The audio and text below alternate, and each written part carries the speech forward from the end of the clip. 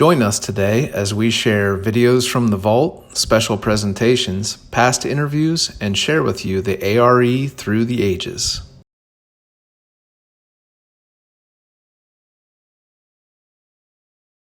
Good evening, everyone. Thank you so much for joining me. My name is Jessica Newell. I'm the archivist for the Edgar Cayce Foundation. And tonight I'm going to be sharing with you the stories of some people that I have found really compelling as I've been working on this collection. Now, for the past 2 years, I've been doing a complete re-inventory of the archive. We have about 800 linear feet of material, which is a lot of stuff. Right now, we're about 430 feet in, so we're going right along. And so the archive, we know it was established in 1948 to preserve and make accessible Edgar Cayce's readings. But we have an amazing variety of records in the archive that tell the stories of so many more people. So we've got over 500 case files of reading recipients, but we have, at my last count, over 800 people represented in the collection that were all drawn to the work during the course of the 20th century, and they all have incredible stories to tell. So when I'm doing this inventory and I'm processing the collections, I'm going from disorganized to organized, and you're getting in that momentum of processing, and it's really satisfying to get things all organized and be able to find what you need for pieces of our archive. But you also, as an archivist, kind of get sucked into the stories of these people's lives. So you think as archivists, you're organizing, you're filing, but it's so much more than that. You're looking at the paper remnants of these people's activities over time, and so you can really go down the rabbit hole and really get sucked in, and you want to know the end of the tales of all these people. And so as I'm working in the ECF archive, what I find most compelling for me is the work that happens behind the scenes. What are the practicalities of organizing and running an organization dedicated to psychic work? Like, we've got Edgar doing the readings and exploring all these facets of psychic phenomena, but you've got to have the practical organization underpinning that work to make it successful and to share it with as many people as you can. So as I was going through this collection and taking note of all the people and the interesting things I found along the way, I found there's really two critical points in the story of the A.R.E. These moments of transition where things could have ended, but they endured, and we're all sitting here today. So these 2 points, we've got 1931, when the A.R.E. was founded, and we've got 1945, after Edgar's death, and they're deciding what they want to do with all this material. So I'm going to share with you some stories of the people surrounding Edgar Cayce and his work, who came together and worked out practical solutions of what to do with all of the psychic data. So we're going to start here, the late 1920s. Now, this is a postcard from our collection of the Cayce Hospital, built beginning in 1927 and opened in 1928. Now, if you can picture Virginia Beach at that time, you have the hospital going up on one of the tallest points on the beach, and you've got the Cavalier Hotel down the beach at the same time, and there's really little else between the two. Virginia Beach is just a small fishing town, and it's not going to be starting to be built up into the city we know today until later on in the 20th century, 1950s, 1960s. So a group has come together around Edgar.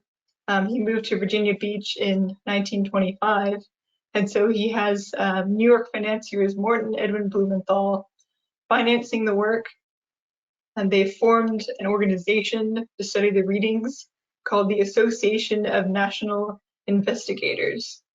Now, their focus is to study the readings, but the other is really to run the hospital. And so the organization takes over the administration, they're welcoming patients, and this is really Edgar's dream come true.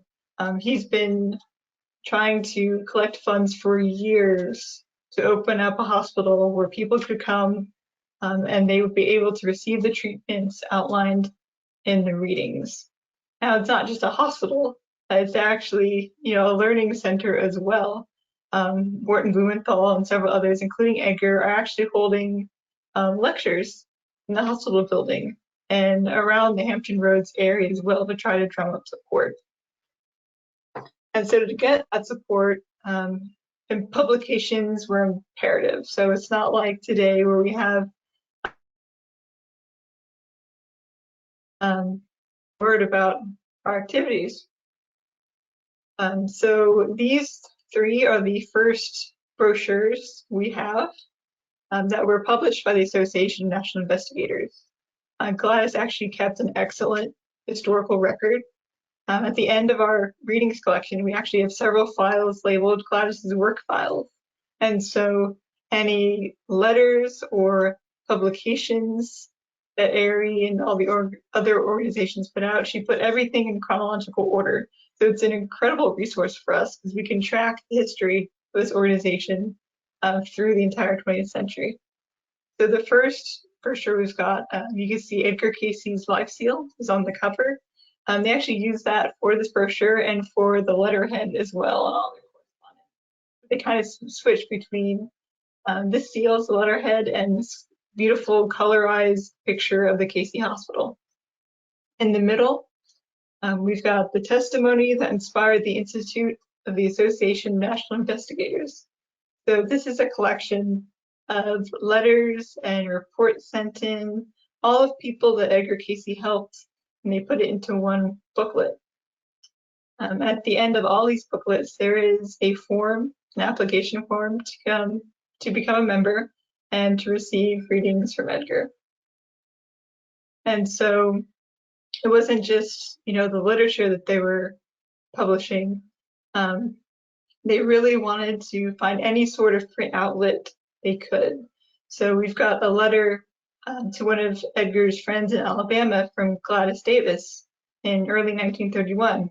And she's excited because she has been in contact with the Virginia Beach News at the time. And she's saying, if I get enough new subscriptions, the Virginia Beach News will publish Mr. Cayce's talk throughout the year, which would have been, such a great deal to them. We know that Edgar would be giving these lectures at the hospital and in Norfolk. And so we actually have a collection of these typewritten, around 20 or so on different topics found in the readings. And so he would go, to the Waverly Hotel in Virginia Beach. He would go to to coffee shops in Norfolk and hotels in Norfolk as well, and give these hour-long talks and Q&A and try to, get interest in the local community that way. Now, meanwhile, as all this is going on, you've got Hewlin Cayce, Edgar Cayce's oldest son, and he is attending Washington and Lee University.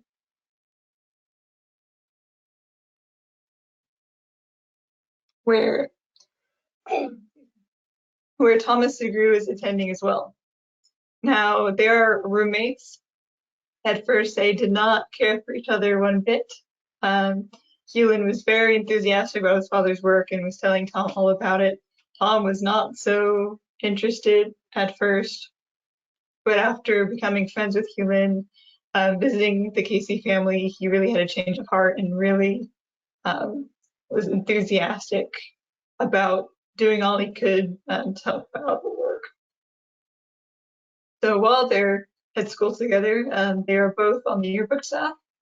Tom is doing a lot of writing. He's doing yearbook, he's doing magazine, literary journal, all sorts of things, because his goal is to become a professional writer. Once they graduate, Tom goes back up to his home of Connecticut for a little bit, and then Hewlin actually comes down back to Virginia Beach and becomes the librarian for Atlantic University, its first incarnation.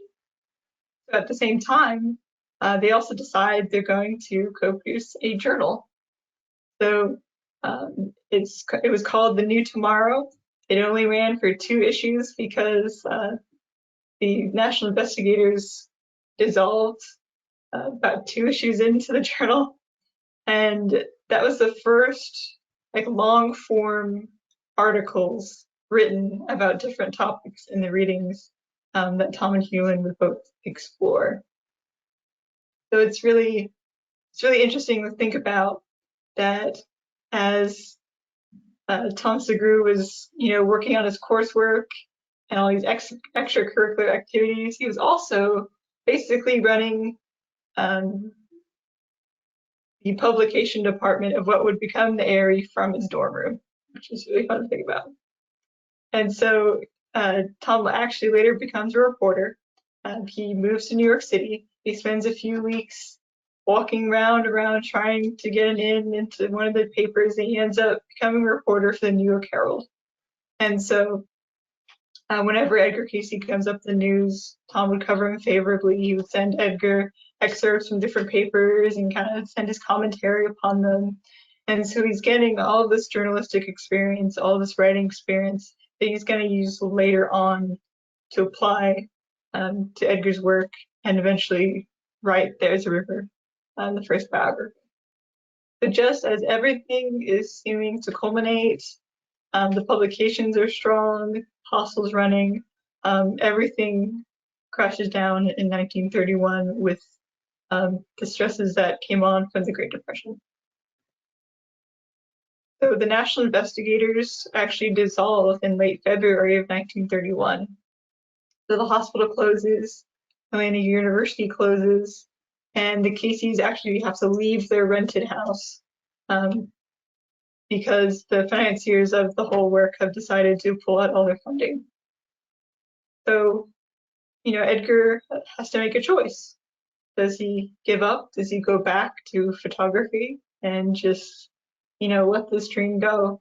Or is he going to look around at the people around him and see if they can help?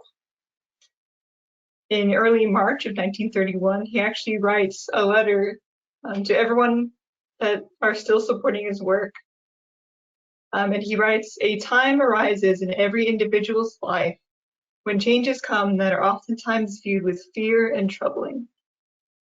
Such a time has come to all those who have been and are interested in the phenomena which manifests itself through me. We've arrived at that place where, as individuals, we must determine whether it has anything to do with our individual lives or not, and if it does, as to whether it is something we would like to pass on to future generations. The passing of the Association of National Investigators may seem ominous to many, but if we will use failures as stepping stones, we may mount to higher things." So he actually asked them right out, what should we do? What are your suggestions, your thoughts, your feelings? How should we proceed? And so he tells them, make this a personal thing, not for me, for I feel that you, as many of hundreds of others, do really think a great deal of the man named Edgar Cayce, or I would not have addressed you as I do. Yet it is not the man himself you are to think of. It's that which comes through this man. You know in what you have believed. It is yourself, your mind, your abilities, for which I'm asking. And this is a theme that runs through this whole story, is that people drawn to the work, they always apply their own abilities, their own skills, their own perspectives onto what they do with Edgar Cayce's work. By the end of March, things are sort of looking up. Edgar knows we've got a chance to actually continue this thing. And Tom actually continues to be heavily involved. So this is a quick night letter that Hewlin sent to Tom. And this is actually the list of what he's interested Tom ask for a reading. So he's saying, Tom, make a list. Ask about your future connection with the work. How are we going to develop publication, data, lecture departments, research?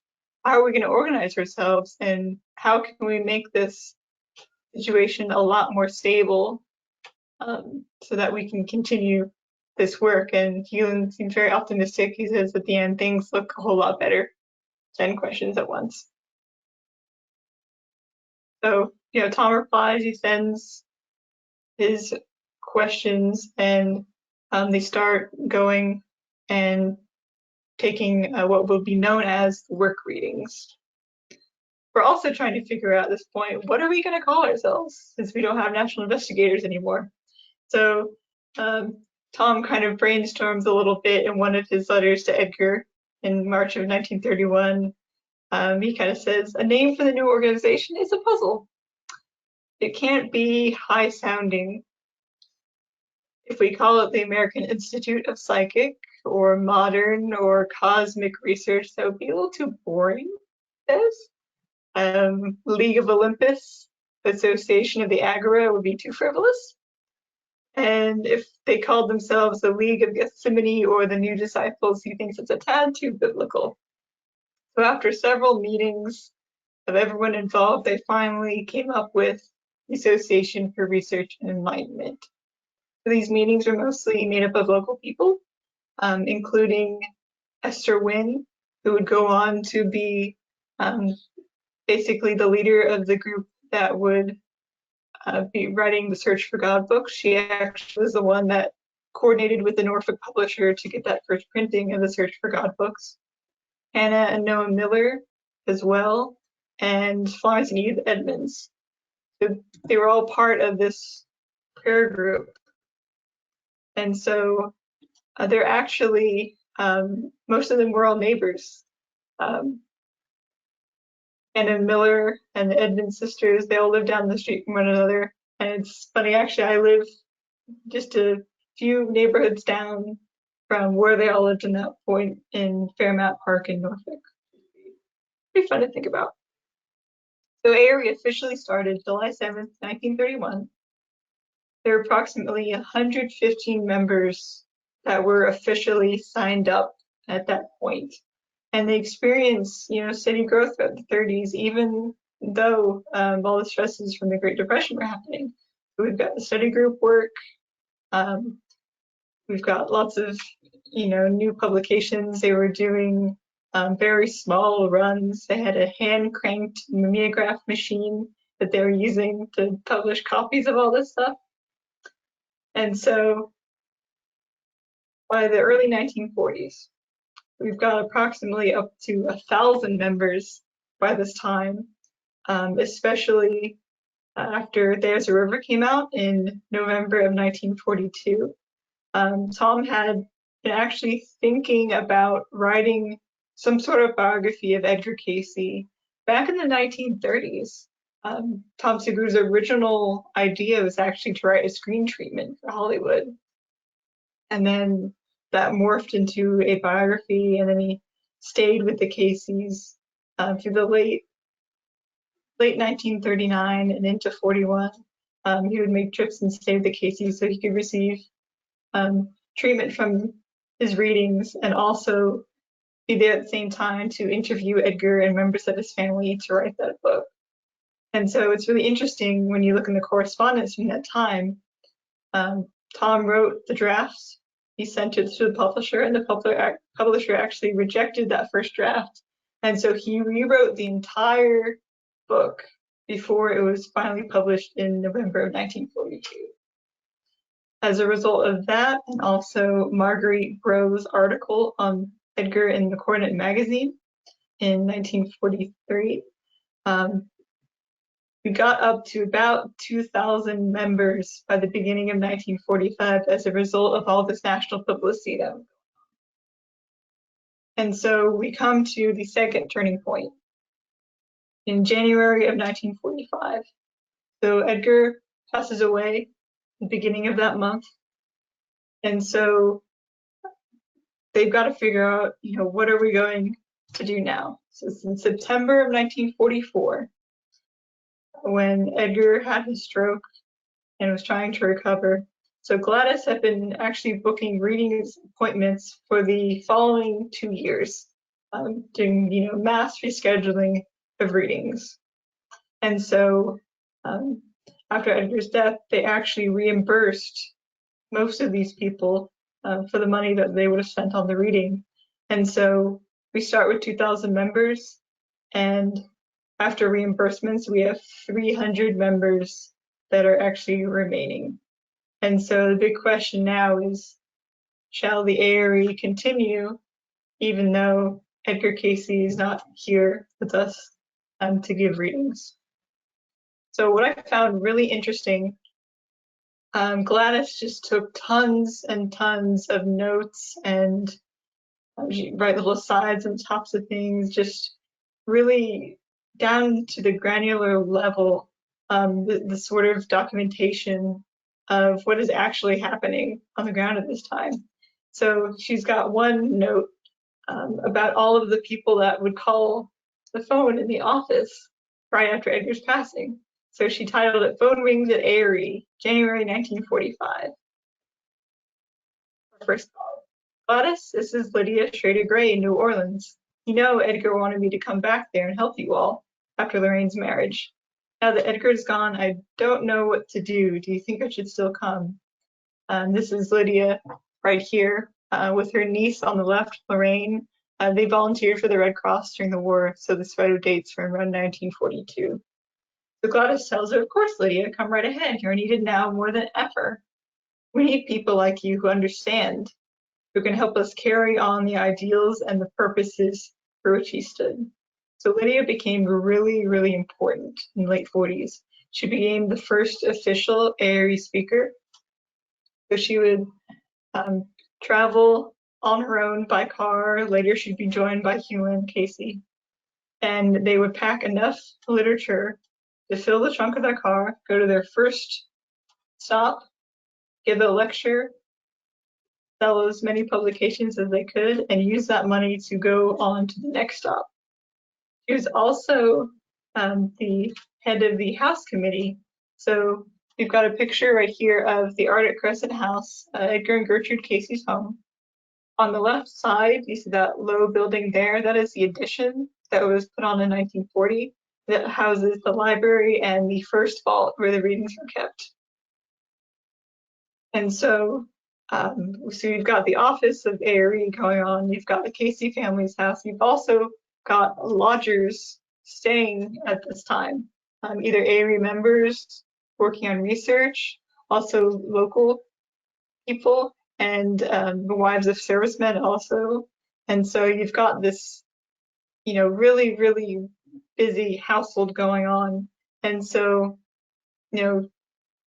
Lydia and Gladys and many others were helping Gertrude just keep up the household, like the important task of feeding, 6+ people a day, keeping up with the house. And so Lydia coordinated all of the efforts to make sure that Gertrude had everything she needed, that the house had everything, all the, the groceries and the household objects, everything they needed to make that house run.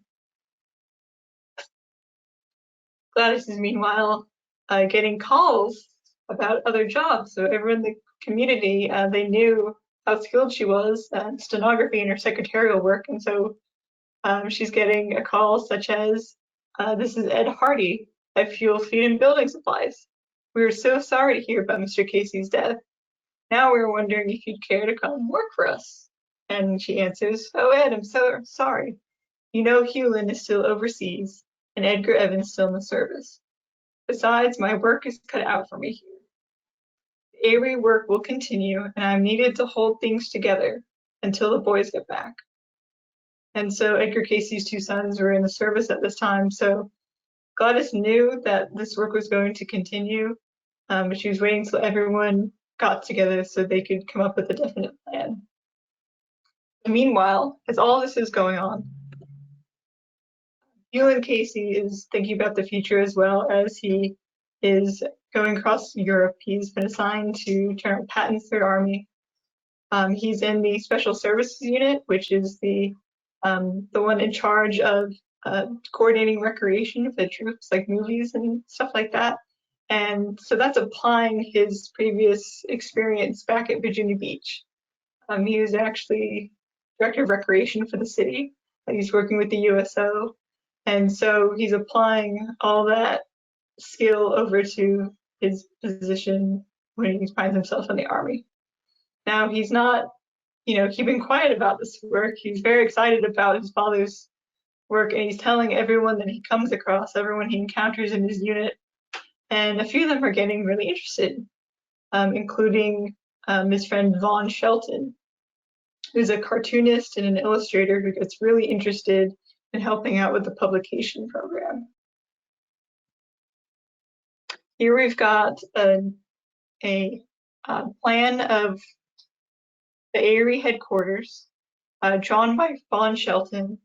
And what's really interesting about this is that this is dated from July of 1944. So about a month after D-Day, they're traveling, across with the Army, and they're actually finding time and sitting down and drawing a sketch of the A.R.E. headquarters and making plans for the future, and finding the time to do all that, which is pretty incredible. So on the right-hand side, the rectangle there, that is the original Cayce residence. So you can see, the house, the library built in 1940, the reading room, offices, and then the original vault. So they envision, this whole center going up after the war. You've got way more offices. You've got a new, larger library, a lecture hall, conferences. So they know that this is what they want. This is how they envision the work continuing. They're also coming up with organizational charts. So they've got, the readings, the psychic data at the very top, which is the basis for everything, followed by board of trustees, general manager, which Ewan became when he came home, and the different facets of the organization that they envisioned. So what to do with the physical data, hospitals, research laboratories, educational, so lectures, classes, publication, even historical and archaeology work, study groups, psychic research. They wanted to be a leader in that field that was just beginning, and also social, making a community of learning around this information, recreation centers, clinics, libraries. So this is a grand plan that they're envisioning, right in the middle of their Army camp. So Tom Sugrue also making plans. He's still a publications editor, so leading that group. And so he sends a letter in January of 1945 to the board and to Gladys and to all the staff at A.R.E. over his plan, what he thinks that they all should do. So he writes, "Meanwhile, be assured that the publications will continue, will hold the thread for the time being, until more strands can be added and woven about it.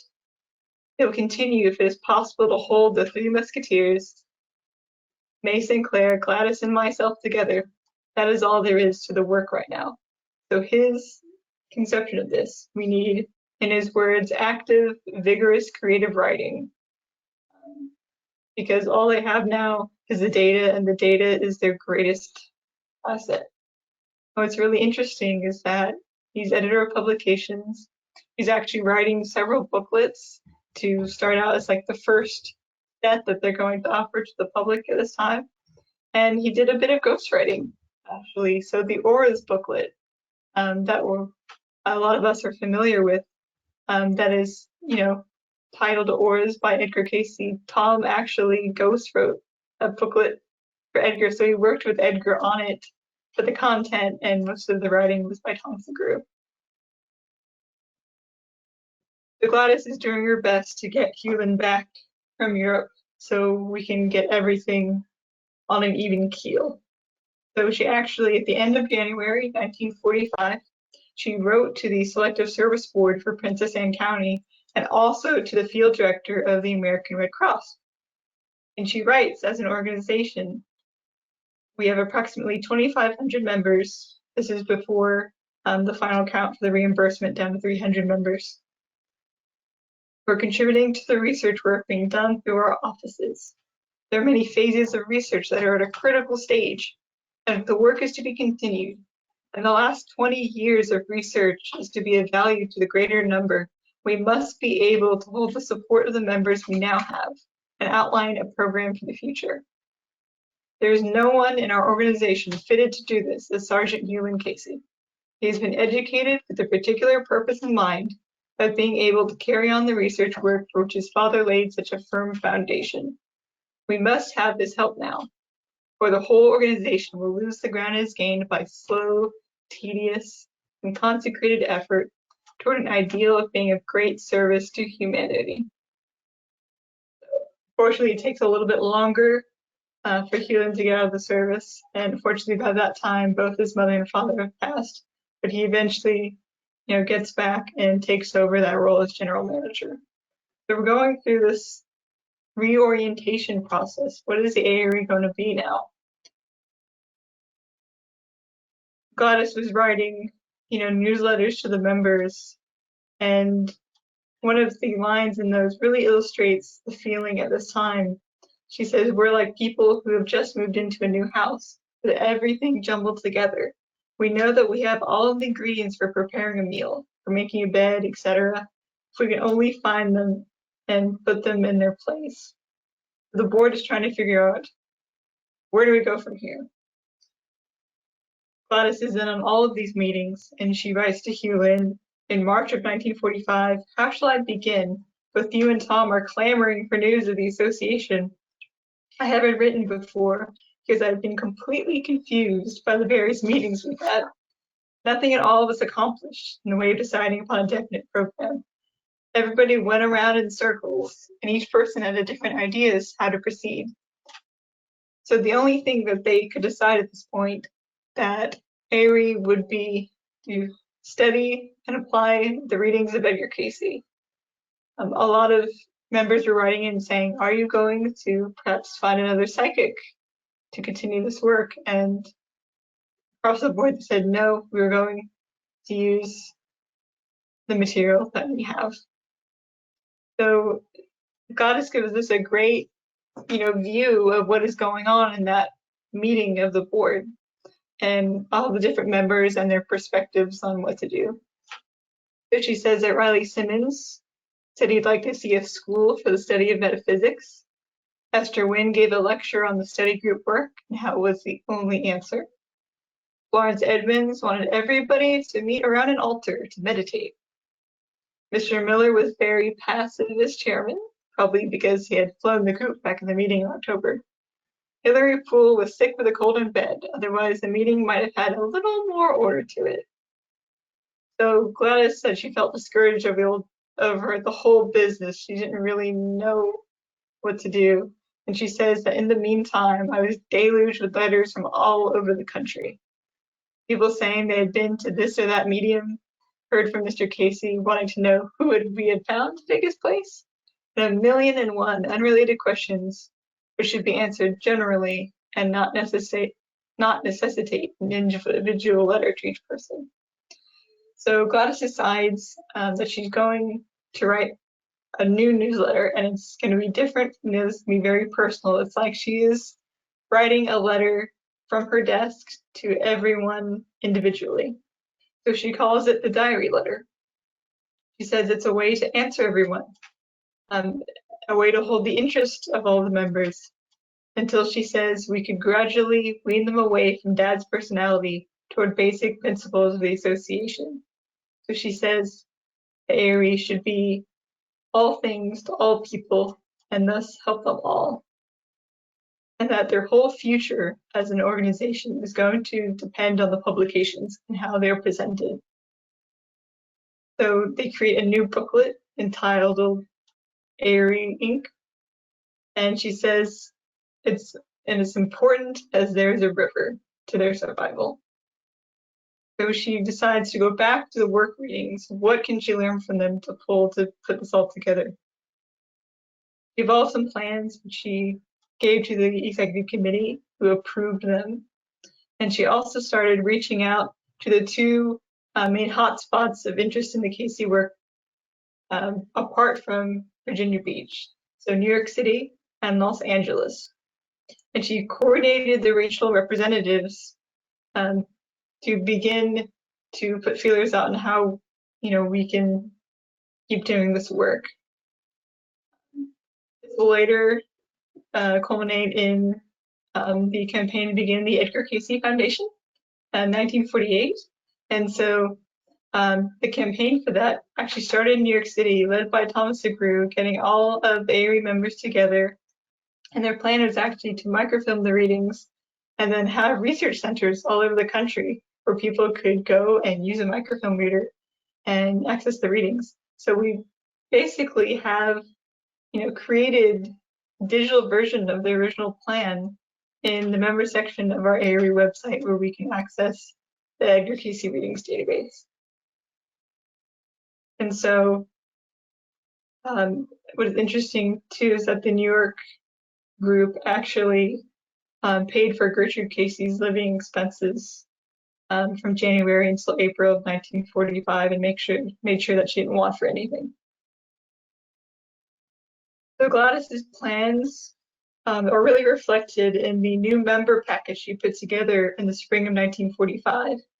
And so this is a great resource because it outlines everything, all of their goals, their vision for the work, the annual Congress. You see publications, lectures. These are all actually illustrations that Hewlin's friend Von Shelton did. You see they're very interested in both, doing headquarters conferences and study groups, but also going out to the general public through, film and radio. Radio was a thing that they were really interested in. Earlier in 1944, Hewlin had written to Edgar saying, Dad, could you give me, 10 or 15 little tiny 30-second radio spots that I could try to get on the air? And Edgar says, no, I don't really have time for that. But Hewlin tried. And so Hewlin was fixed on the radios. He had tried that before in the late 30s when he did the Mysteries of the Mind radio program through WOR New York. And so he would collect letters from people all over the country detailing their psychic experiences, and they would dramatize them on the air and have two scientists kind of go back and forth of what they felt, if the phenomena was real or not, which is really interesting. To see in this, report from 1946 and kind of get an idea of what was their, grand plan for the work. And so Gladys was, at the end of this report, she says, our membership includes many of the potential spiritual leaders in America today. It includes some of the finest minds in our land. We certainly have one of the most unique and most valuable collections of psychic data. And so after so much debate, the A.R.E finally realizes their identity. So research, starting the indexing process of the readings that would start in the late 40s and would not finish until 1971. And also enlightenment, so outreach, so getting the word out about the readings and how they could help people physically, mentally, and spiritually. By the late 40s into the early 50s, they're still working out of the Art of Crescent House. So we actually have a copy of Gertrude Cayce's will. So she willed the house to her two sons, Hewlin and Edgar Evans, but she also stipulated that the A.R.E could rent out space in the house and nothing would have to change. So they, keep on Art of Crescent for a few years, and they slowly figure out that they're gonna need more room than what they have. They're just outgrowing their place. And so that's really illustrated in a 1951 letter that this gentleman wrote. This is Al Turner. This is Gladys Davis's first husband. They were married in 1952, and he's from Philadelphia, and he'd become an A.R.E member years before and is very interested in the Bible readings, Bible related readings especially. And so he came down in the early 50s to Virginia Beach, moved down from Philadelphia, and wanted to help out the headquarters any way he could. So the House Committee that we mentioned earlier is still working at this time. And in a letter to Hugh Lynn, he's writing, while taking a shower in Edgar Cayce's shower room, I thought, the association ought to have a larger, longer shower curtain, so the water wouldn't run all over the floor. So under separate cover to you, from Sears, is a blue shower curtain, the shower room. So he has this whole list of the association ought to list. And so he's thinking about, what are the practical things that need to go on here so we all can have a functioning place to work. And so in the mid-1950s, the board decides, we're going to think about moving out of Arctic Crescent, of possibly moving back to the Cayce Hospital building, which had come up for sale. Now, after the National Investigators had dissolved in 1931, the hospital building had been a nightclub for several years and had several different incarnations as different owners took it over. And so by the middle of the 1950s, it had been a theater company's headquarters, and they use it for performances and practice. And so the A.R.E. actually sent out a survey to all the members where you could check a box. Do you want to purchase the hospital building back, or do you not? And so it was decided, yes, we're going to. And so the image on the right is the artist depiction of what they envisioned the hospital building to look like. You see, you've got that rectangular open yard right there. That is actually the dance floor that was built in front of the hospital building when it was a nightclub. It was advertised as the best dancing in Virginia Beach. And you actually see in the middle of that bottom porch, you can see where the bandstand is, where our two steps in front of the building that curve up are. That's where all the bands would play. And so it's really interesting looking through the booklet and seeing how they're revamping it, adding a more 1950s flavor to the interior and making it their own again. And so the A.R.E. basically returned to where it had started all these years ago in the late 1920s. And so, what I see throughout all of these events is that we've got ordinary people from all walks of life, they're banding together. They have this confusing situation, but they turn it into a clear vision. And they're creating this community of learning around their readings. And we're basically living their dream now, like here in the digital space, like we've overcome the obstacles of our current situation to be here together tonight. And so I think this poem from Tom Sugrue that he wrote in his yearbook in 1930 really sums up the importance of all of the records of behind the scenes of the Cayce work in the Edgar Cayce Foundation archive. So he writes, casting backwards that we may see tomorrow, calling on the tangible, we may solve the intangible. Reading the immortal, we may understand the transitory. Learning life that we may live it better. And that's what I think pretty sums up the purpose of the archive. Study people that have come before us, how they made the decisions that they did, and you're getting better informed so that you can make decisions for yourself to make a brighter future for this work.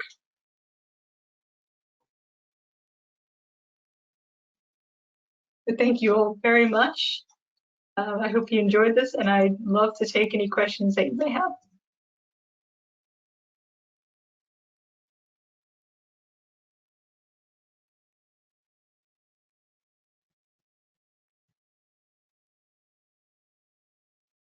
Right, so I've got a first question.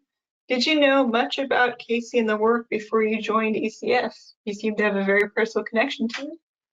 I was a little aware of Edgar Cayce. So I was a history major in college, and I did my senior thesis on 19th century spiritualism. So I was really interested in how they tied, speaking to the dead with social causes. So a lot of suffragists were spiritualists. Um, being a medium and having a lecture tour, that was an unorthodox but great way for a woman in the 19th century to have an income and be able to travel. And so all the books on spiritualism in the 19th century were next to some books on Edgar Cayce. So I was aware of him, but he was outside like my research scope. So I didn't, delve into his work that much. I actually didn't know about ECF or the A.R.E. until I started searching for archives jobs.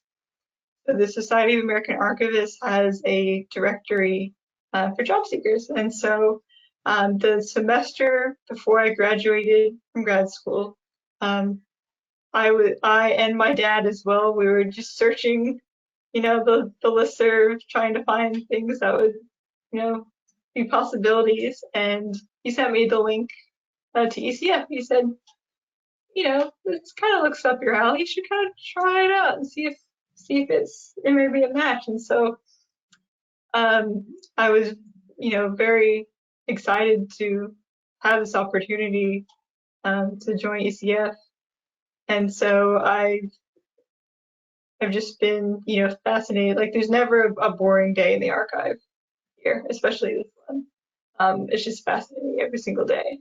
And I'm just so intrigued by the amount of people from all over the country that found themselves drawn to the Edgar Cayce work and dedicated all that time and energy and resources to it. It's just really, really intriguing to me.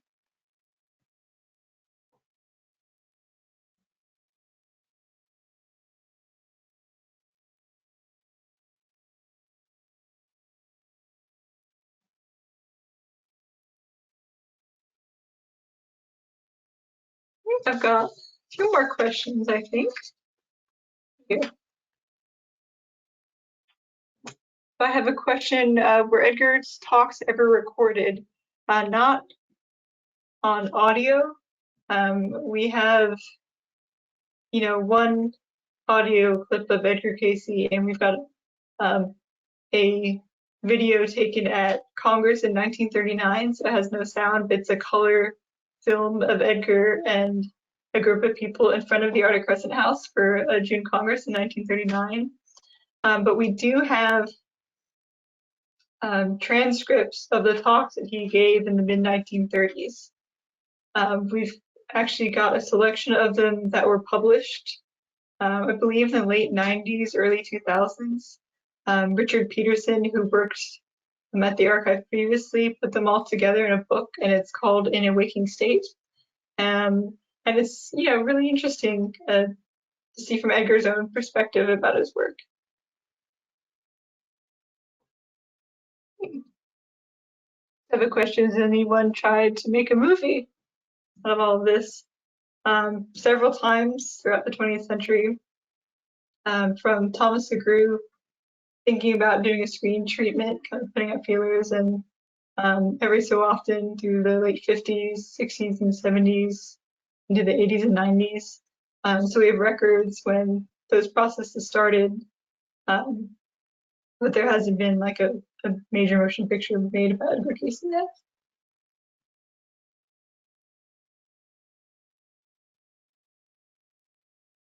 I have another question here. Do you know why A.R.E. sold the Arctic Circle property?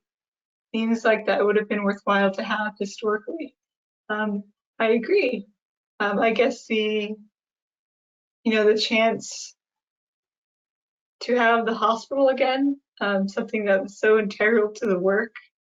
The Cayce family moved several times during their time in Virginia Beach, several different properties. So, you might imagine that the hospital building had a lot more pull than a residence, perhaps. it would have been nice that it had that house survived.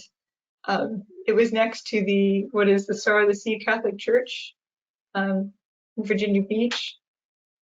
And the house was actually used by the fire department as a control burn in the 1980s. And so the house doesn't stand anymore. But we do have in Gladys Davis's collection, we have a plaque um, that was on Edgar Cayce's office door.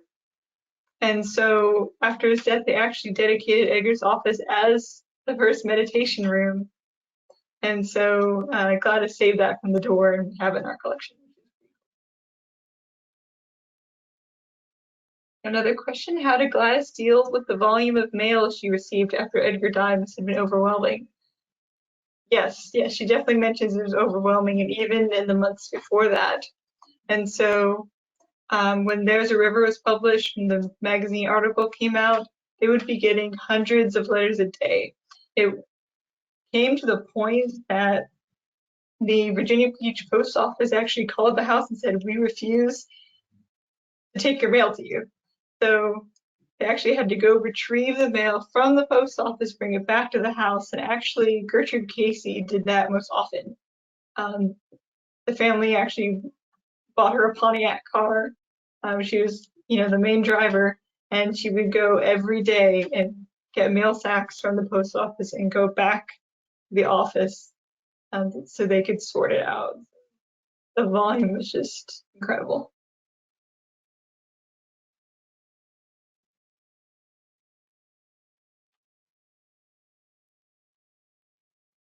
All right, so thank you so much for joining me tonight.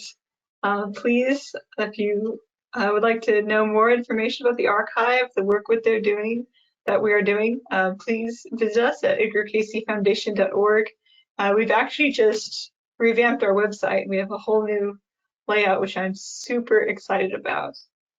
We switched over to a new catalog system called Archivist, and so you can actually go in there and view all of the material that we have cataloged right now down to the folder level.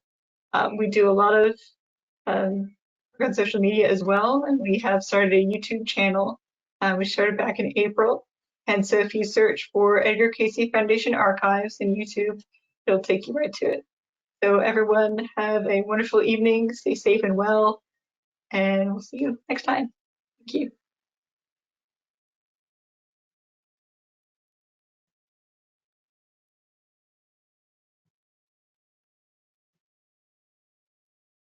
Hello, this is John Van Auken, the director of the Edgar Cayce Foundation, and I'd like to share with you some of the really helpful insights that Edgar Cayce was able to channel from the universal consciousness. He could attune his mind to a collective mind in which all existed, including the Akashic record, or what we in the West call the Book of Life. And he addressed many topics that are beneficial to us: reincarnation and karma related to our soul life, holistic health, body, mind, and spirit, prayer and meditation, how important they are to raising our vibrations and expanding our mind, developing our intuition and understanding our dreams, and having a more dynamic dream relationship with our subconscious mind. So then the sub and the conscious are working together more and communicating. Yes, the language of the subconscious is different than ours, and dreams are often difficult to understand, but Edgar Cayce helps us with this.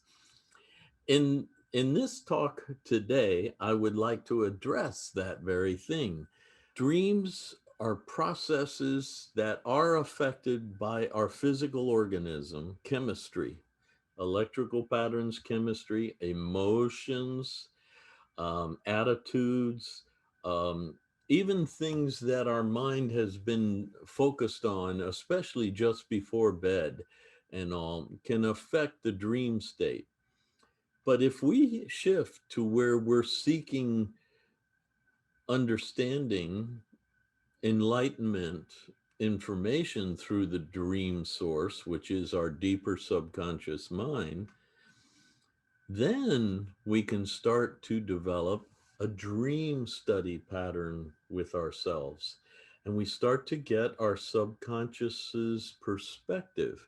Edgar liked to say, he broke the word correlate into correlate, that the subconscious can correlate to what's going on in the conscious life. And those patterns of correlation actually give us insights into what's going on. Also, Cayce said the subconscious is not limited by time and space, so we can actually have a precognitive dream. In other words, our subconscious already perceives a pattern that's going to lead to a future event, a future relationship, a future challenge, or a future opportunity. And it can convey that to us. That's how important it is to build this cooperating relationship. Okay, here are some keys. First, how to remember your dreams and how to generate dreams. As you are falling asleep, give yourself a pre-sleep suggestion. That suggestion can be something like this. Now I'm going to sleep soundly, deeply, and wake up feeling refreshed, revitalized, and remembering my dreams. And remembering my dreams. This is kind of a self-hypnotic suggestion. So you say it over and over. Now I'm going to sleep deeply, soundly, wake up feeling refreshed, revitalized, and remembering my dreams. That's a pre-sleep suggestion. Then as you're waking in the morning or whenever during the night you start to waken, don't jump so quickly out into the outer self and don't move the body right away. Linger a moment and capture what's going on in the mind, and then feed it thoroughly to the outer self. The dream did not happen in the outer mind. It happened in the subconscious. Therefore, you need the sub to convey its perspective to the outer mind, rather than have the outer mind attempt to interpret the subconscious language, which is usually imagery, symbolism, drama, dramatic, scenes and scenarios and conversations and all. While you're in the subconscious and seeing the dream and processing it, feel the meaning. Cayce said the best interpreter of the dream is the dreamer, and the dreamer is your subconscious self, not your outer conscious intellectual self. Try to get a feel for the meaning, convey all of this out to the outer self, and then you really will build a dream journal that will help you a great deal in your relationships out here, knowing people better by knowing their soul's patterns and thoughts, knowing yourself better by knowing the depths of your habit patterns and qualities of your nature that your subconscious sees clearly and will share with you. Also, the opportunity to have foresight. Foresight's very helpful in life. So precognitive dreams are very helpful. They can spot opportunities and they can spot karmic challenges that are coming or are right upon you, or you might be in the midst of one and you need your subconscious to help you. These are all very important. If you would like to learn more about this, please go to edgarcayce.org/join, and you'll be able to enter the membership part of our huge website and get all sorts of information, much more depth about dreams and visions, as well as intuition, holistic health, and all the other topics that Cayce covered. Okay, bye-bye.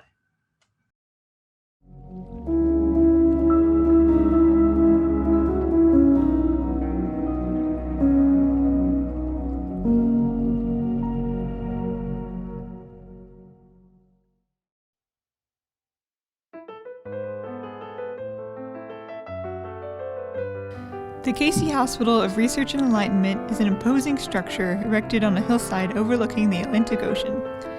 From the windows of the front rooms, one may view the beautiful lawns of the institution that wind their way to the boulevard, and also view the interesting and ever-moving ocean beyond. Looking southward from the second-story sun parlor, or from the dining room windows, one beholds a bird's-eye view of Virginia Beach. From the windows of the rear rooms, one may gaze upon a forest of pines that provide not only a restful environment, but also a healthful one. The charming location of the institution is not only conducive to rest and quiet recuperation, but also provides a golf course, as well as interesting and beautiful drives and walks for those physically able to enjoy such activities. A nominal green fee is charged by the Princess Anne Golf Club for the privilege of using the course. A wide expanse of health-giving sand composes the beach close by the hospital, where surf bathing may be enjoyed. The institution provides a tennis court and croquet ground for the use of its patients alone. No charge is made for the privilege of playing either tennis or croquet. Those incapable of such strenuous physical exercise may enjoy the hospital's homey living room, quietly and comfortably furnished and amply large as to enable groups to indulge in card or other games without sacrificing the convenience of privacy. One may choose a book from the complete library and a comfortable chair in the living room by a window commanding a beautiful view, and read undisturbed by a group that may be indulging in a game in another part of the room.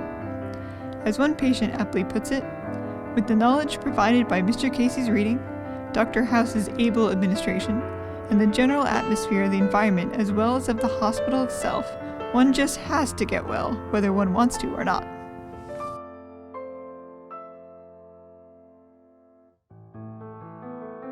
The building itself is located at Virginia Beach, Virginia, on a beautiful hillside that stretches back from the Ocean Boulevard. It commands an unobstructed view of the ocean from Cape Henry in the entrance of Chesapeake Bay on the north and Virginia Beach on the south. The front looks out upon a flower-studded terrace of green, beyond which the broad expanse of the Atlantic may be seen. From the quiet restfulness of the wide verandas, an ever-changing panorama is presented in the distance. Battleships, schooners, pleasure yachts, freighters of every kind and from every port. The surrounding country is ideally suited for such an institution and such an important scientific experiment as our investigators seek to make in this hospital.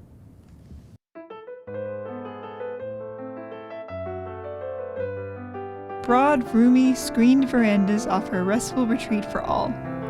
Facing the ocean to the north and to the south, these verandas offer an advantageous view of the surrounding country. They offer the utmost comfort and convenience for every individual in the hospital. Bounded by the Atlantic Ocean on the one side, Chesapeake Bay on the other, with beautiful wooded mainland and its environs, the surroundings are conducive to rest and health. Here the hum of industry and the rush of the city are absent, yet the unusual playground and the air about the place is full of quiet charm and comfort. It is little wonder that the readings themselves gave this place as the ideal location for the hospital.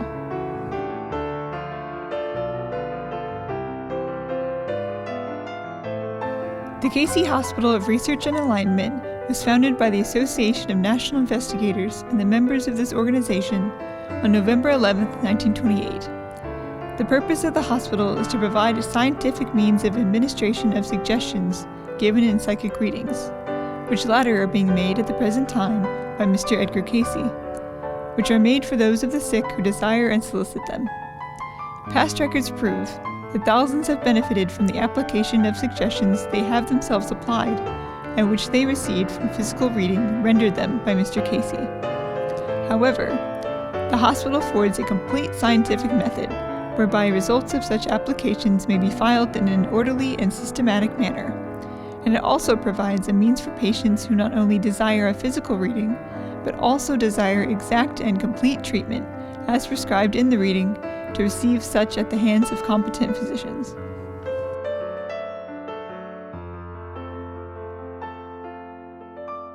In the sun parlor of the Cayce Hospital, one may not only enjoy a sunbath, but also obtain special benefit therefrom, due to the special Vitaglass panes with which the windows of the room are provided. Vitaglass is specially prepared to allow the vitality-producing violet rays of the sun to shine through unobstructed. This is especially beneficial to recuperating patients. Reclining lounges and large wicker chairs assure patients every comfort. Just as the walls of the living room are tinted in tan color, so the walls of this room are also tinted, but in a green color. Patients will find this a refreshing contrast to the miles of sandy beach one beholds from the sun parlor windows.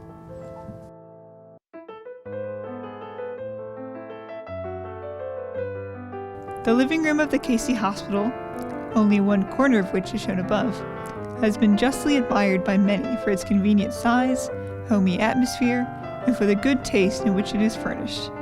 It lacks all the stern atmosphere of a hospital, and provides not only comfortable chairs and lounges, but also an air of ease and informality characteristic of home life. In the cooler weather of the winter months, a fascinating log fire twists and cracks its warmth-giving flame in a large fireplace. The building, of course, is steam-heated throughout, but the fireplace lends charm to the appearance of the hospital living room, and on an inclement winter's night, it influences a peace of mind that patients are thoroughly able to enjoy. In this charming room, patients may read or indulge in card or other games, or, if they choose, meet for genial and social intercourse.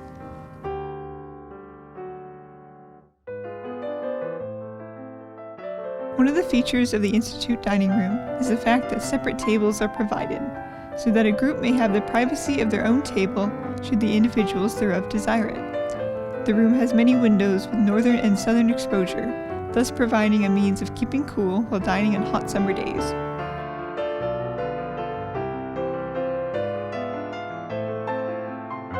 Here in the midst of natural and spiritual surroundings of the highest will be given from time to time appropriate lectures. Also, at stated intervals will be held classes for study of the correlation of natural laws as applied to the self of man, the relationship of man to man and the universal forces, and how, through development of self's forces, man may interpret and know the truth. These studies will be held under direction of Mr. Morton Blumenthal and Mr. Edgar Cayce.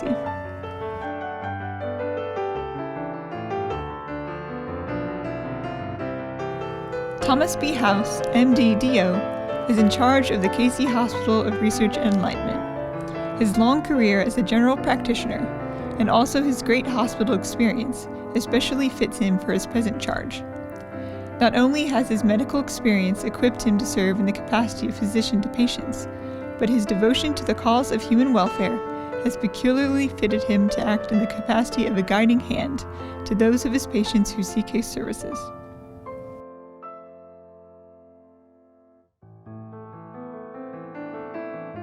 The hospital is for the use of, and its officers are at the service of, members of the Association of National Investigators alone, who built and organized the institution for their use. In this sense, it is a private institution for the application, by a competent and sympathetic medical staff, of remedies for disease given in physical readings of individuals who request and obtain same. All further inquiries should be made and further details obtained from Mr. Edgar Cayce, Secretary of the Association of National Investigators at Virginia Beach, Virginia.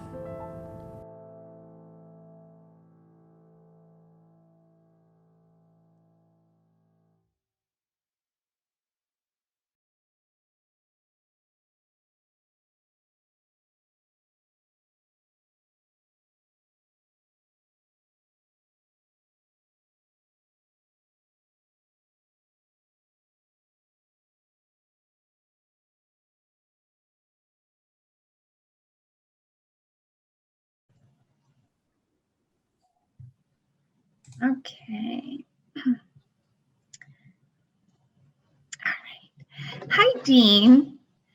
You have been a speaker here at the A.R.E. A few times and a big supporter of Edgar Cayce's work. Can you tell me a little bit how you found out about Edgar Cayce and what got you interested in the work? I think I was probably a teenager when I read the book, The Sleeping Prophet by Jess Yeah. Stern. And I recall thinking, well, this is amazing. And I wonder if I could even believe that somebody could do this. So that was one of the reasons why I've spent the majority of my professional career as a scientist looking into phenomena like channeling, like clairvoyance, precognition, all of the things that Edgar Cayce had demonstrated for many years. Mhm. And so after about 40 years now of doing that kind of research, I've concluded that it is possible and that some people like Edgar Cayce were extremely talented. And so the reason then why I learned about the A.R.E. and Edgar Cayce, I suppose, if you think of it from a perspective of fate, perhaps, is that Yeah. my future career depended in some respects on reading about him. It's great. So how has it changed your life and kind of like the path of your career? Basically, you're saying it kind of gave you the foundation for kind of where you're at in your career. I would say that the reading about what he was able to do sparked my curiosity to the point where I decided that if it was possible to actually spend a career being paid to look into these kinds of phenomena, then that's what I wanted to do. And as it turned out, that is what I do. I love that. And what do you think is one of Edgar Cayce's most important advice that he might have given in one of his readings? I would give a more general answer. I would say that in my 30s, I had a medical problem that allopathic medicine had no idea what to do.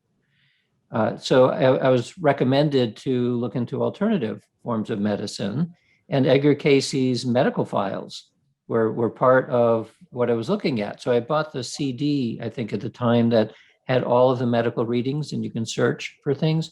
So Yeah. I read many of those things that were said, and of course, they're not like conventional medicine at all.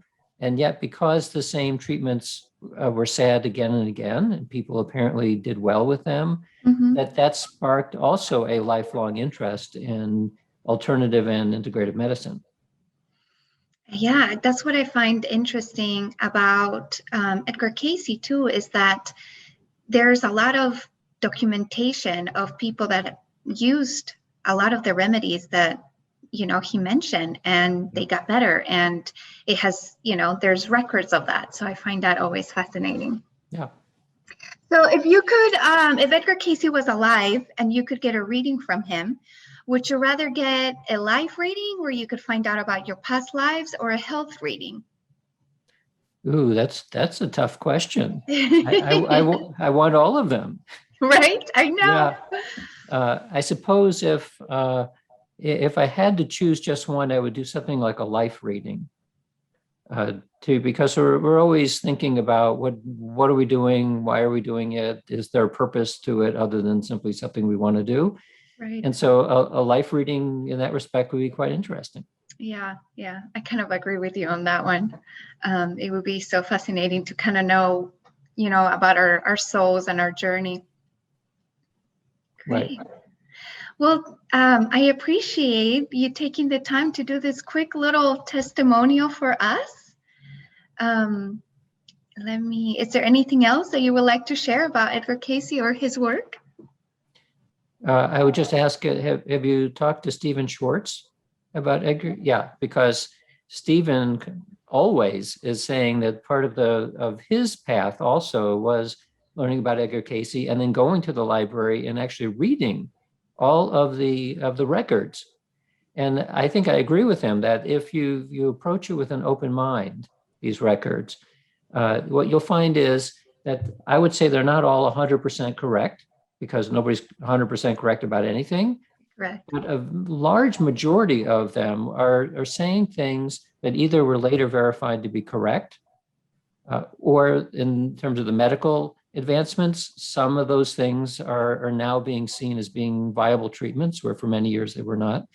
So I would say as a body of literature that has kept track to an exquisitely detailed degree of one talented clairvoyant. I don't think there's anything else like it in the world. I agree with you. And we're celebrating 90, which is just, amazing. And, Yeah. It is my hope that we can continue just sharing the work of Edgar Cayce. And now that all of these concepts are becoming more mainstream, I'm just hoping that we continue to expand and kind of keep sharing all of the amazing information. Well, you've been doing well, and I expect you will continue to do well. Thank you. Okay, I'm gonna. And when the morning stars sang together, and the whispering winds brought the news of the coming of man's indwelling, of the Spirit of the Creator, became the living soul. This entity came into being. He has been called the sleeping prophet and the greatest psychic of all time. From holistic health to predictions about our future, the Cayce material covers all aspects of life. Hundreds of books have explored his amazing talent. Are you looking for a new direction or answers to life's many questions? Find out how the Edgar Cayce information can help you with a better understanding of the body-mind-spirit connection, the oneness of God, and the meaning of life. Hello, I'm John Van Auken, one of the directors here at the Association for Research and Enlightenment, the A.R.E. Have you ever wondered whether there is more to life? Do you know your soul's unique purpose and reason for being on the earth at this time? Our organization was founded in 1931 to help answer these very questions and to help individuals like you discover a depth that adds meaning to your life. Edgar Cayce has been called the sleeping prophet and the father of holistic medicine. As a child, he was able to memorize the pages of a book simply by sleeping on it. For more than 40 years, Cayce gave psychic readings to thousands of people while in an unconscious state, diagnosing illnesses and revealing details of their past and future. Many of his readings dealt with holistic health and the treatment of illnesses. He started the Edgar Cayce Association for Research and Enlightenment, or A.R.E., in Virginia Beach because he noticed his gift worked best near large bodies of water. Although Virginia Beach was just a small fishing town then, Cayce had a vision it would become a huge tourist attraction, and Norfolk would boast one of the largest shipyards and ports in the country. We now go to this center, which acts as the international headquarters of the A.R.E. Edgar Cayce's dream was to be of help to people. Lots of times people in life, they get overwhelmed with their life, their relationships, with their job, and sometimes they have the thought, isn't there more to life than this? And I think Edgar Cayce would suggest that in fact there is, that we are spiritual beings having a physical experience. Edgar Cayce is the most documented psychic of all time. He lived between 1877 and 1945.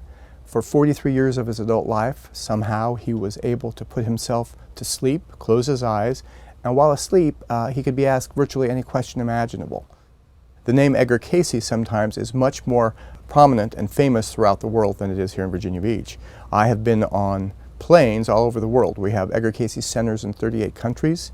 We do programs around the world, and very often on a plane they'll say, "Where are you from?" I'll say, "Virginia Beach." "Oh, Edgar Cayce." Sometimes there's kind of like a misperception. Well, what's it all about? Is it some kind of a ghost researchers? Is it some kind of a religious movement? No, I usually tell people the best way to describe us is really as a self-help organization.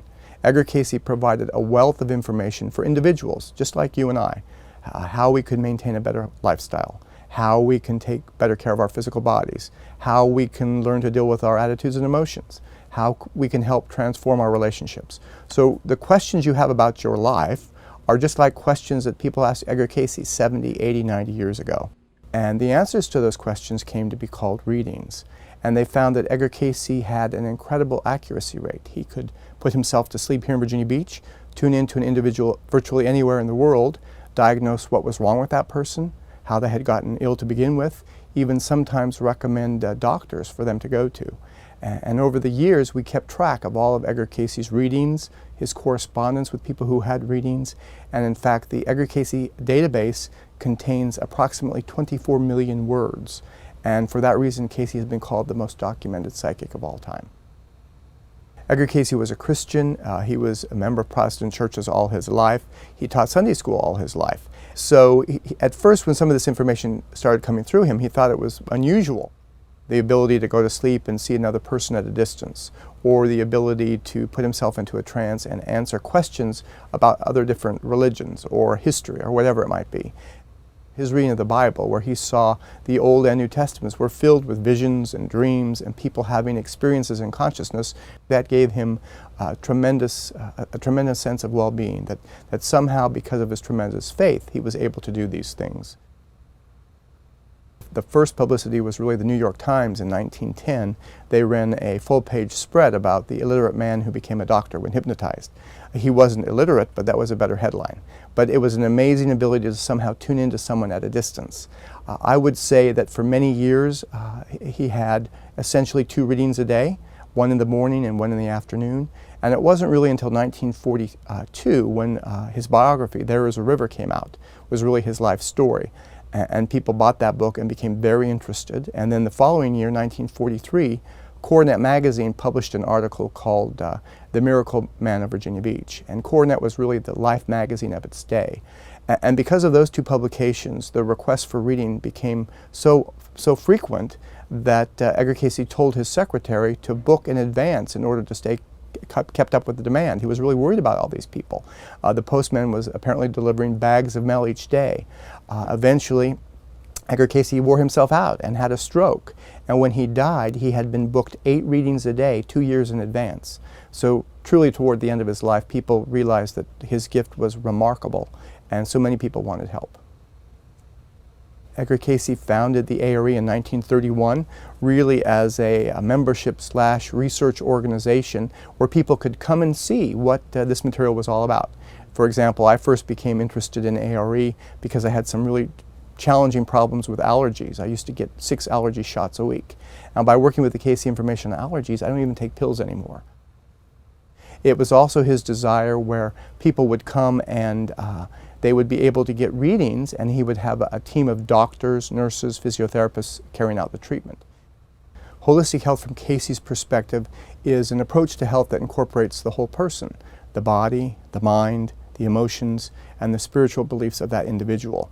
And so when Edgar Cayce gave a reading, a health reading, and we have copies of approximately 9,000 health readings, he would try to provide information and insight that would help that person on every level.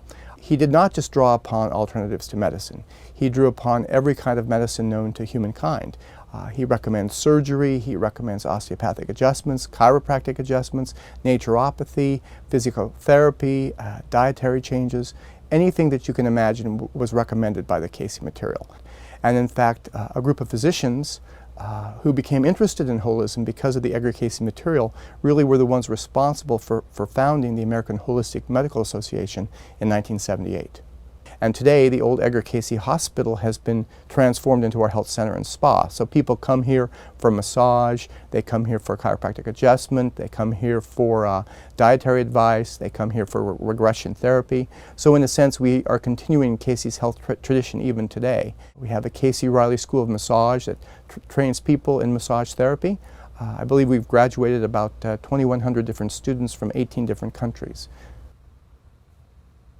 If people have never been here and are hesitant to visit because they might think it might be unusual, we're just like a visitor center. You can walk in, you can explore the bookstore, you can go through the labyrinth, you can walk through our meditation gardens. It's a very open, wonderful place to visit.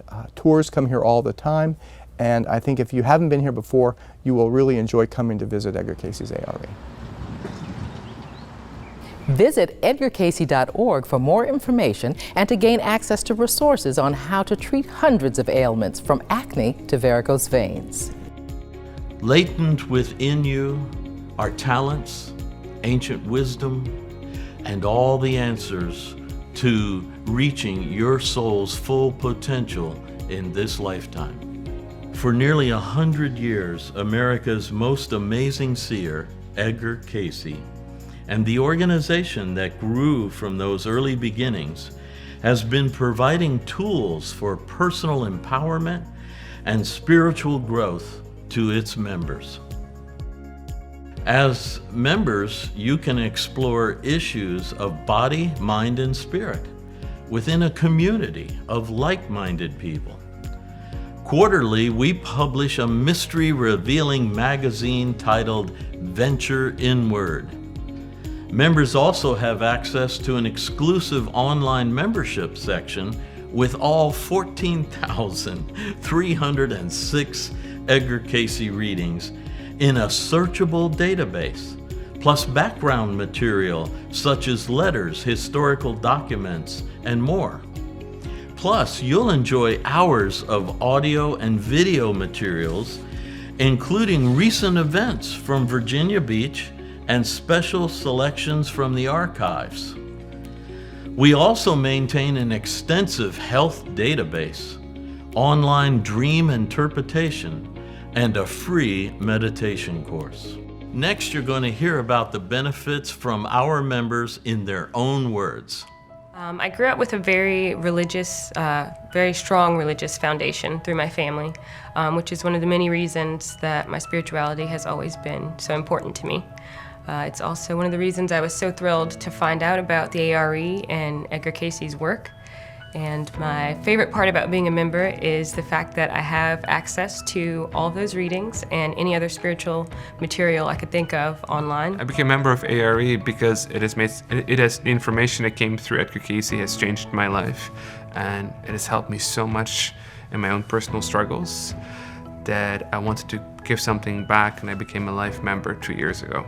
Definitely, even just the stories of feeling alone are worth investigating this information further. I do use the members-only parts of the website.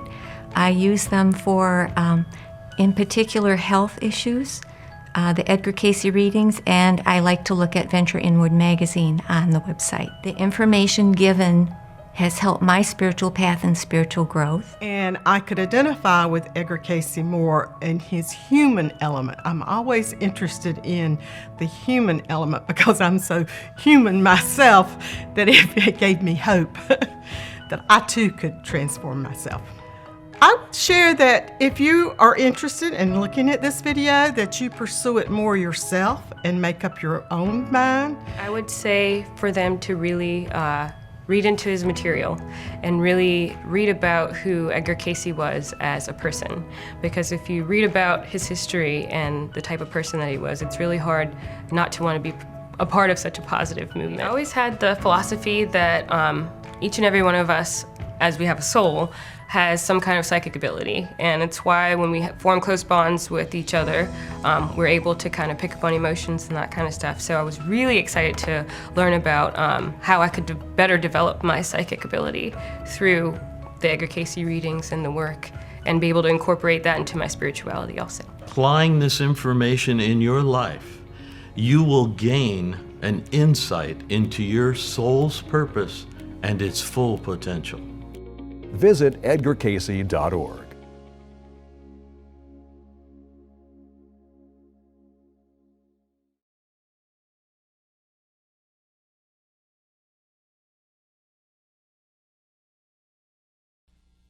Is there really such a thing as psychic guidance? Are there people whose intuition is somehow heightened above the rest of us? Find out next as we learn to use and evaluate psychic guidance in our lives.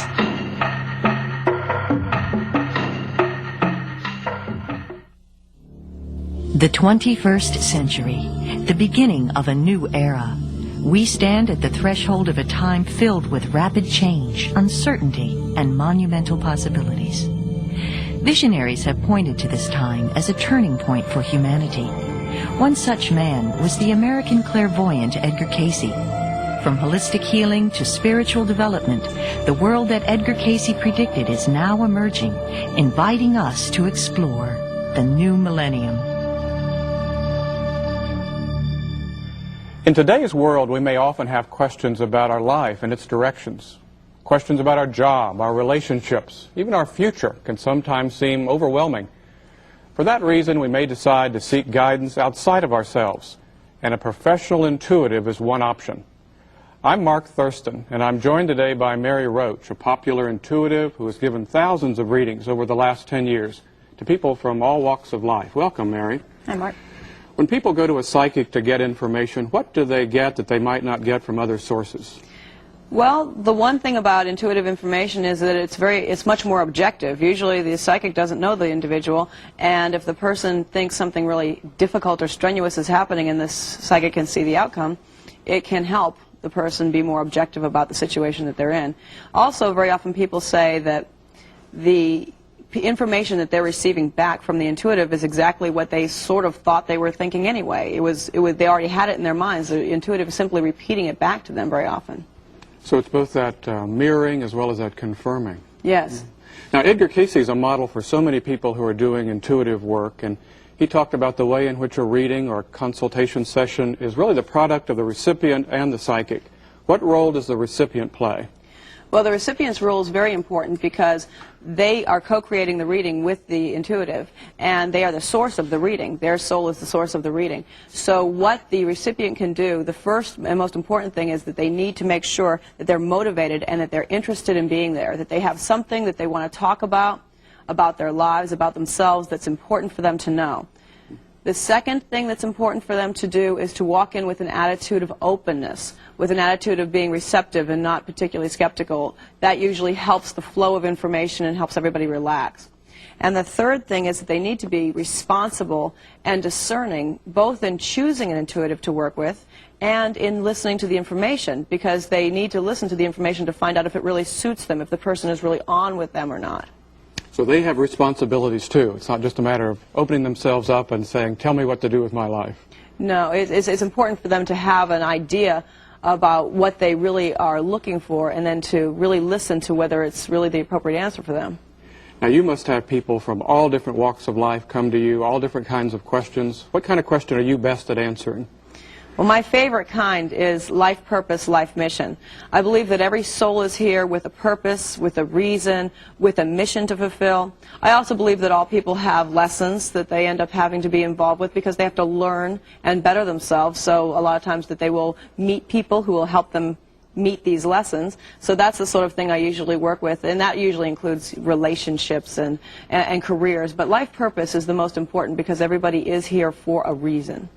Now, is part of that telling them what to do with their life or just showing them the talents to pay attention to? Well, it's showing them the talents, and a lot of times the talents do come from past lives. They usually have developed as a soul talent somewhere else, and if you tell them, well, here's something that you've done, and you could do it again, or you've got talent in this, it could open up that possibility for them to think about it. Now, can a person get some of that information on their own? If there's a blueprint there, can they sort of be their own psychic? Yes, actually the blueprint is constantly repeated in our being. It's in the physical level, in our DNA, it's in our blood type, our tissue type.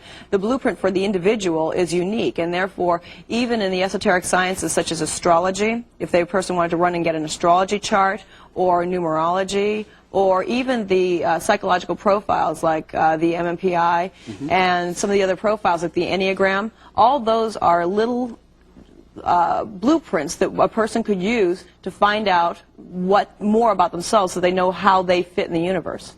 Do you do a better reading for somebody if they've done some of that preliminary work on their own? Not necessarily, but if a person's really working on their life mission and life purpose, it's very important for them to try to find many sources to get information from, not just one psychic. Let's talk for a minute about how you prepare yourself. If you're getting ready for a consultation with somebody, what do you do to get yourself into the right frame of mind? Well, it's important that I center myself. And it's also very important for me to do some prayer and prayer and centering together. It's important that I get my entire life out of the way and focus entirely on the person in front of me and not have my own agendas or problems running through my head. So I usually center myself and do 3 to 5 minutes of prayer when the person is sitting there, and I usually pray before they come in. And do you invite them to do that same kind of centering with you? Yes. Yeah.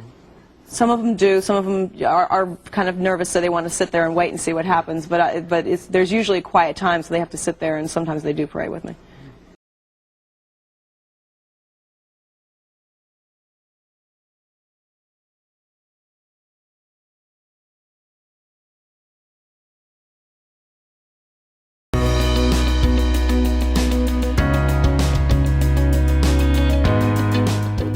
are so powerful, so positive, so filled with hope, and it's much needed in these times, which helps make the world a better place to live in and helps us all connect better within it.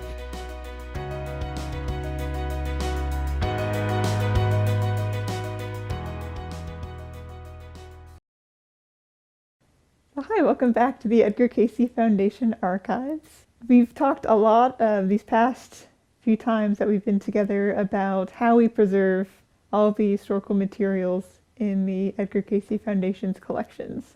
And so now I want to go one step further and talk about, why we're preserving this material, all the different uses that we have for this. And so I'm going to ask you all to put on your historian hats and come with me and look at the collection from the original Cayce Hospital and the Association of National Investigators. So this was the organization that was formed in 1927 before the A.R.E. was started, and they were dedicated to both studying Edgar Cayce's work as well as running the Cayce Hospital. And so these are all resources that Gladys Davis saved after the hospital was closed in 1930. And this can tell us a whole lot about the reasoning behind the hospital's founding, the day-to-day activities, the staff, what the hospital looked like, how it was run. And so this is basically the raw material from which the historical record is made. So we're going to start with this booklet right here. Now this is one of the informational booklets about Edgar Cayce's work that was published by A.R.E. And so we can see there's a lot of notations here. Now I know from experience just working in the archive that this is Gladys Davis's handwriting. And so she did an excellent job in giving us a lot of further supplemental information that we can use to learn more about the A.R.E. So she wrote down handily that this was published in 1926. There's actually not a copyright page in this booklet, so it's good that she let us know that that was the date that they published this, and they did publish it locally in Norfolk. She's written the reports of readings that mention this booklet, so 4905-53, down here as well, another notation, as well as notations down here. And she also let us know that it was reprinted in 1932. They did a second print run, and also in 1937 they used it in the booklet called What I Believe, which was a set of essays by Edgar Cayce they had published. So she also saved an application form as well. You could send in, you had to be a member of A.R.E. to be able to have a stay at the hospital. And so you would fill this form out as well. She's dated it January 1930. And on the back it has conditions necessary to obtain best results from a reading, Mr. Cayce. So things to keep in mind before your reading is given to you.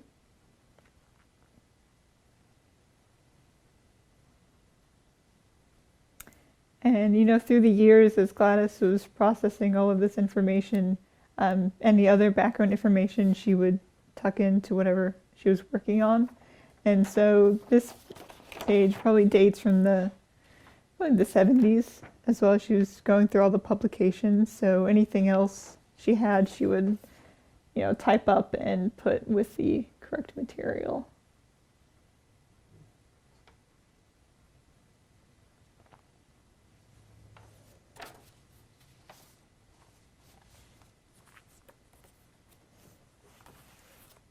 All right, we've also got an original brochure from the opening of the hospital. So this was part of, the marketing materials. So this would be given to people interested in Edgar Cayce's work, interested in going to the hospital for treatment. So this would tell them what kind of treatment they would receive, what the hospital was like. And so we're going to open up take a look inside. We've got the Cayce Hospital of Research and Enlightenment, Virginia Beach, Virginia, owned and operated by Association of National Investigators for its members. And we have that motto here, that we may make manifest our love for God and man, the same motto that is above the door in the visitor center today on A.R.E.'s campus. So I've got a nice portrait of Mr. Cayce.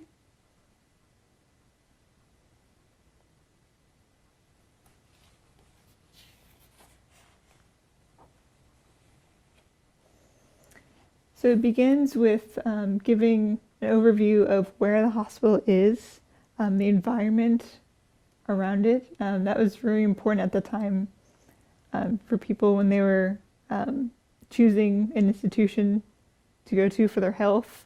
I've seen this also in college bulletins at the time. They're very interested in what the air quality was like, what region of the country it was in. So they're very much emphasizing that this is, right next to the beach and how helpful it would be to someone taking treatment here. And we've got this wonderful artist rendering of the hospital building. And if you've seen pictures of our campus or you've visited us, you know that the hospital building is that green color, which when it was renovated, we based the current color on the original color here. And you can see this is a really pretty manicured looking lawn that they've got going on. It's a tiny bit of wishful thinking, because at the time it was mostly sand dunes, and you can see here on this photograph. And it really, shows how really sparsely built up the beach was at this time in the late 1920s. So you've got the Cavalier Hotel down the beach, this direction, right? And there really wasn't much else between the Cavalier and the hospital. And so Virginia Beach, originally a very, very small fishing hamlet, basically. And so it really got built up over time, especially during the mid-20th century.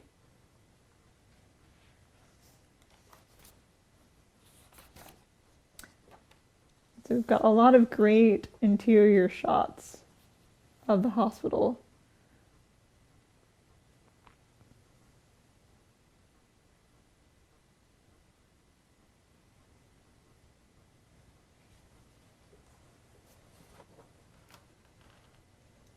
See, we've got a solarium here.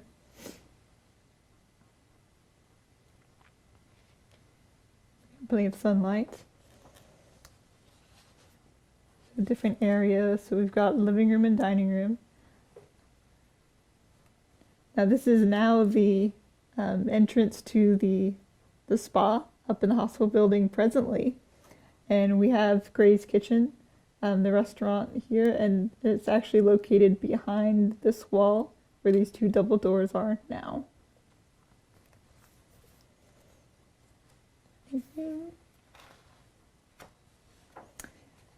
They have photos of the bedrooms you could stay in. There was different rates actually if you had a beach-facing bedroom or a forest-facing bedroom. And the library and lecture hall. The founders of the hospital, including Morton Blumenthal, would give lectures on topics from the Cayce material on Sunday afternoons. And there's also a library that they're very interested in building up, and that would also be used by Atlantic University when it was founded around the same time. And Edgar's son, Hewlin, when he graduated from college in 1930, came back and became AU's librarian for a short time.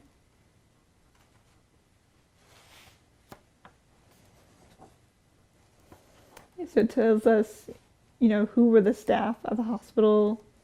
Dr. House leading the staff here.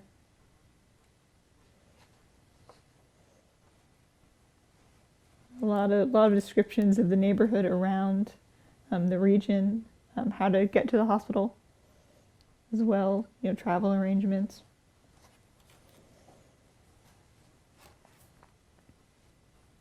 And this is where the labyrinth is presently, the campus.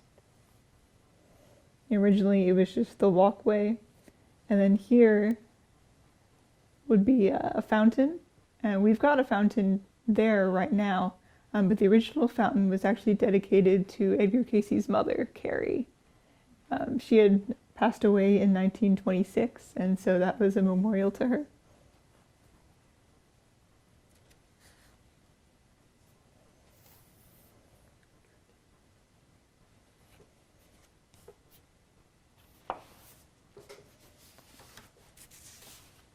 Keeping with the architectural theme, I found this pretty recently. We actually have the color scheme for the interior of the hospital originally. So they asked Taylor System of Color Harmony up in New York City, which I think was very fitting for them to choose a company that was very interested in, what are the best colors and the best colors that work together to be the most healing environment the hospital have. And so that's really, really neat that we have those original color chips that they were using in the design.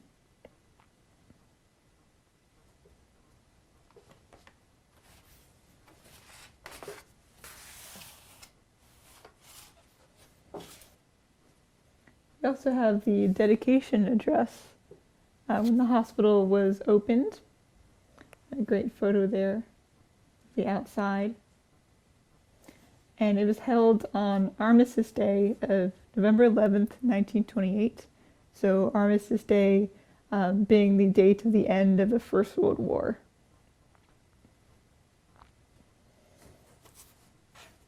And it has transcriptions of all the different talks that were given at the day. See that Mr. Edgar Cayce did the prayer and also a talk. Address of welcome by Morton Blumenthal, and then the main address by William Moseley Brown, who is the president of Atlantic University.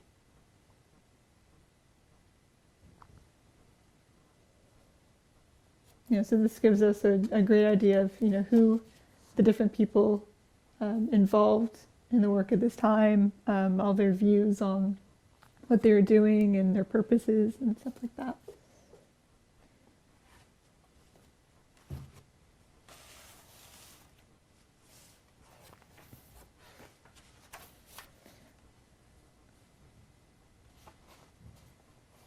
And we have more promotional material, which tells us they were really interested in reaching out to the local community and seeing if they could drum up support there. So we've got these wonderful printed flyers from the time.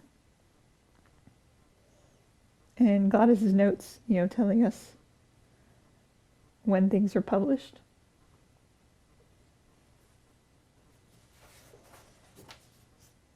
And something I find really interesting, we also have the inventory of the hospital. And so when the hospital closed in 1930, Morton and Edwin Blumenthal's lawyers and their accountant came by to, collect all the accounts, all the information of the property. And so we actually have a copy of the inventory. And this is really important because it gives us, exactly what the interior looked like. All the different pieces of furniture, all the equipment, what color things were. So you could really create this whole illustration of what it was actually like. And this goes on for several pages, it tells you what everything cost and what the floor plan, how it was laid out.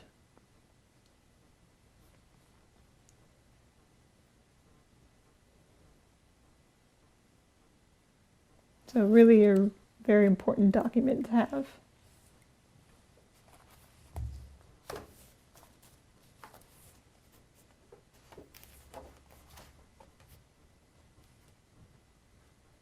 And finally, a bit of organizational information, we have all of the proxy voting forms for the board of the hospital.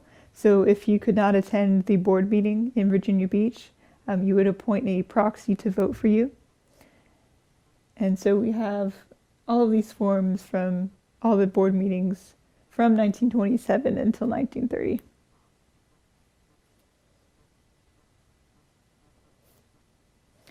So all of these records, they're all pieces of a puzzle. And so you take all of these, and this gives you a great idea of what the hospital was all about, you know, its purposes, its activities, who was involved, down to the paint color inside the rooms. And so this is all, you know, raw materials of history that we are so lucky to have here in the archive. It gives us a wonderful, you know, bird's eye view into our history and where we came from. And so I hope you've really enjoyed, you know, putting on your historian's hat and kind of exploring all of the, you know, wonderful information that we have preserved here in the archive. Now we'll be doing a lot of these activities leading up to July. We're celebrating the 90th anniversary of A.R.E. this year. So I'm very excited to be sharing with you a lot more of these really wonderful examples of our history. And so if you have any questions, please feel free to put them all down in the comments. I'd love to answer them for you. And I'll see you all next time. Thank you very much.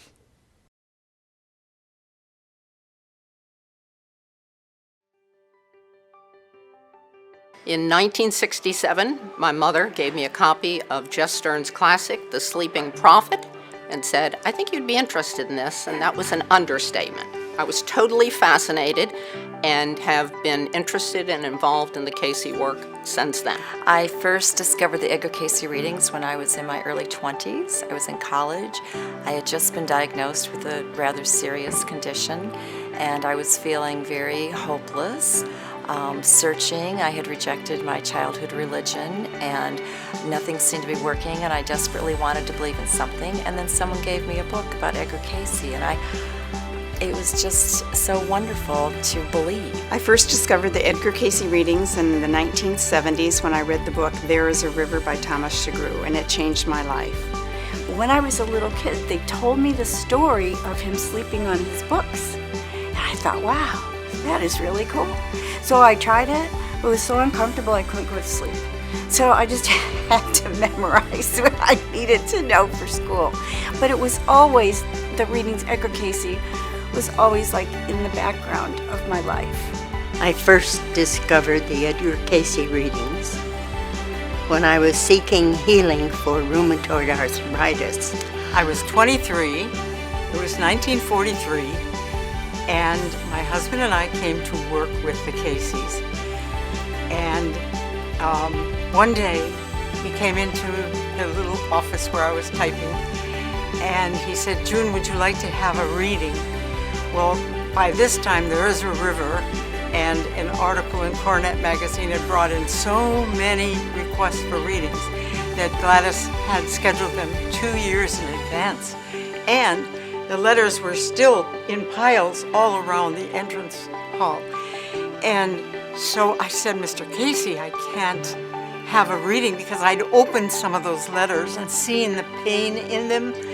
And, you know, "Can you find my son who's lost in action?" This was World War II. "Can you help my daughter who's dying of cancer?" And on and on and on. And he said, "June, we give readings for everybody on the staff." From the woman who became my wife. She dragged me kicking and screaming into the Cayce material. I just didn't believe it. I just had a feeling there was something on that shelf for me. I asked them to wait quietly by the checkout stand and walked over and started looking at the titles on the shelf in religious and metaphysical area. And suddenly I thought someone from the other side of the stack had pushed a book in too far because the book fell out into my hands. I was a teenager and I remember reading it and saying, "This is all true, and I've known this forever."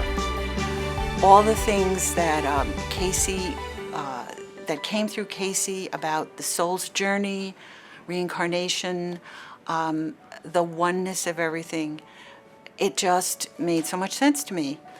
Through my wife's father.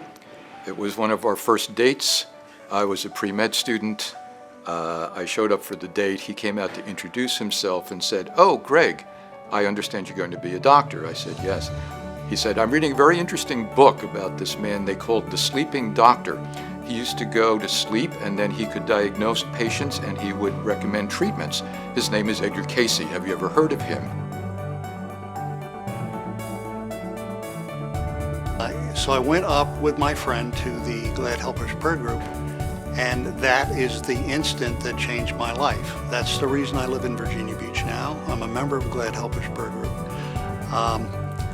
I sat in one of the chairs and received laying on of hands and heard the most beautiful message in my ear that reached right to my soul and changed my life. Just love the whole scene and am grateful for it. It's helped me to deal with understanding and trying to be patient with difficulties, challenges, tragedies in life and such, and keep me sane. It changed the way I dealt in all my relationships from that time forward, and the way I viewed the world and the way I viewed other people. It's had a profound impact on my work, on my family, how I treat my wife, how I treat our greater family. So the impact's been significant. The source of the information that came through those mental and spiritual readings just gave me the hope and the light that I needed. I would not be here had it not been for many of the people that were in A.R.E. before me. That reading was so perfect, so right on.